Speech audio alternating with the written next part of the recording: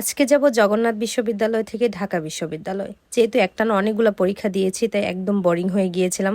তো বান্ধবীকে বলছিলাম যে চল ঢাকা বিশ্ববিদ্যালয় থেকে ঘুরে আসি, যেহেতু জগন্নাথ ইউনিভার্সিটি থেকে বেশি দূরে না। আর তোমরা সবাই জানো ঢাকা বিশ্ববিদ্যালয়ে ঘোরার মতো কার্জন হল আছে, টিএসসি আছে এবং ভিসি চত্বর আছে। তো যেই বান্ধবীকে বলছিলাম যে চল ঘুরে আসি, সে এক পায়ে রাজি হয়ে গিয়েছিল এবং একটা গাড়ি নিয়েছিলাম আমাদের জগন্নাথ ইউনিভার্সিটি থেকে। তো রিক্সা মামা আমাদের কাছ থেকে 100 টাকা ভাড়া চেয়েছিল, আমরা আর দামাদামি করিনি। তো যাই হোক, ঢাকার মধ্যে অনেক জায়গা আছে যেগুলোর মধ্যে আমি এখনো যাইনি। আমাদের জগন্নাথ ইউনিভার্সিটির আশেপাশে অনেক জায়গা আছে কিন্তু সেগুলো তো আমি যাইনি। তো যাই হোক, ঢাকা বিশ্ববিদ্যালয়ের আশেপাশে যে জায়গাগুলো রয়েছে সেই জায়গাগুলো অনেক বেশি সুন্দর। শেখ হাসিনা আর কোথাও উন্নয়ন না করলেও ঢাকার মধ্যে এমন অনেক জায়গা আছে যেগুলোর মধ্যে অনেক উন্নয়ন করেছে রাস্তাঘাটে। আসলে এই উন্নয়ন একদমই অস্বীকার করার মতো না। তো আমরা ঢাকা বিশ্ববিদ্যালয় টিএসসিতে চলে এসেছিলাম।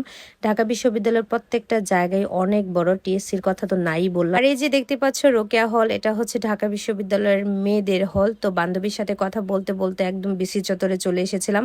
তো বান্ধবী আমাকে ফার্স্টে বললো যে বিসি চত্বরে যাওয়ার জন্য। তো আমি রিক্সা নিয়ে বিসি চত্বরে গিয়েছিলাম আর সেখানে একটু টাইম স্পেন্ড করেছিলাম। তবে জায়গাটা অনেক বেশি নিরিবিলি। ঢাকা বিশ্ববিদ্যালয়ের লাল বাসগুলো মূলত এই বিসি চত্বরে রাখা হয়। তো বান্ধবীকে বলছিলাম যে তোর কেমন লাগছে। তো সে বললো যে তোর সাথে এসে আমার আরো অনেক বেশি ভালো লাগছে। তো দুজনের রাস্তা পার হয়ে তারপর আমাদের অনেক বেশি ঝালমুড়ি খেতে ইচ্ছা করছিল। তো পরে চলে গিয়েছিলাম একটা ঝালমুড়ি মামার কাছে। তো মামা আগে থেকেই বলছিল যে আমাকে ভিডিওর মধ্যে নিও না, তো আমার ফ্রেন্ডরা দেখলে নাকি অনেক বেশি ট্রোল করবে। তো আমি মামাকে বুঝাচ্ছিলাম যে মামা, আমাকে তো কেউ চিনে না, আমার ভিডিও তেমন দেখে না, আপনার কোনো সমস্যা হবে না। তো যাই হোক, এটার নাম আসলে কি চত্বর বলে আমি জানি না। যারা ঢাকা বিশ্ববিদ্যালয় বা আশেপাশে যারা এই জায়গাটা চিনো তারা অবশ্যই নাম বলে যাবো। তো এটার ভিতরে চলে গিয়েছিলাম।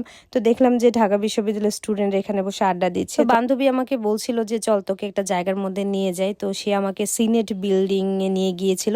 এখানে মূলত ঢাকা বিশ্ববিদ্যালয়ের ডাকসু ইলেকশন হয়েছিল। তো এই জায়গাটা আমার কাছে অনেক বেশি ভালো লেগেছে, একটু বেশি ইউনিক লেগেছে। আমি এবং আমার বান্ধবী বারবার এদিক ওদিক তাকাচ্ছিলাম, দেখছিলাম যে কেউ আমাদের দিকে তাকায় কিনা বা বুঝে ফেলে কিনা যে আমরা অন ইউনিভার্সিটি থেকে এসেছি। তো আমি তাকে বলছিলাম যে ঢাকা বিশ্ববিদ্যালয় আর কোন কোন জায়গা আছে ঘোরার মতো। তো সে আমাকে বললো যে চল একটা জায়গার মধ্যে নিয়ে যায়। তো সে আমাকে মাস্টার দ্য সূর্য সেন হলে নিয়ে এসেছে। এটা মূলত ছেলেদের হল। তো গিয়ে একটু দেখলাম যে ছেলেরা এখানে খেলা করছে, ক্রিকেট খেলছে। তো তারপর চলে গিয়েছিলাম বিবিএ ফ্যাকাল্টিতে। তো এটাও আমার কাছে অনেক বেশি ভালো লেগেছে। আমার স্বপ্ন ছিল যে আমি ঢাকা বিশ্ববিদ্যালয়ে পড়বো এবং বিবিএ ফ্যাকাল্টিতেই পড়বো, কিন্তু আমার ভাগ্য ভালো ছিল না, চান্স পাইনি। এটার জন্য আমার একদমই আফসোস হয় না। তো বান্ধবীকে বলছিলাম যে আমাকে ফুল কিনে দে, তো সে আমাকে ফুল কিনে দিয়েছিল, বেলি ফুল।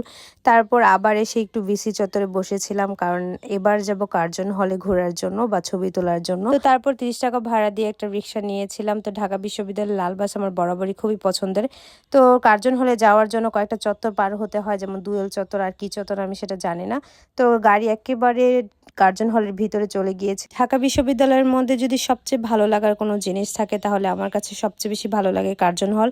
আমি যখন ঢাকা বিশ্ববিদ্যালয়ে পরীক্ষা দিতে গিয়েছিলাম সর্বপ্রথম এই কার্জন হলেই গিয়েছিলাম। তো এখানে দেখলাম যে একটা ফরেনার মেয়েটিকে অনেক বেশি সুন্দর লাগছিল ওয়েস্টার্ন ড্রেসে। তো আমি একটু ভিডিও নিয়েছিলাম।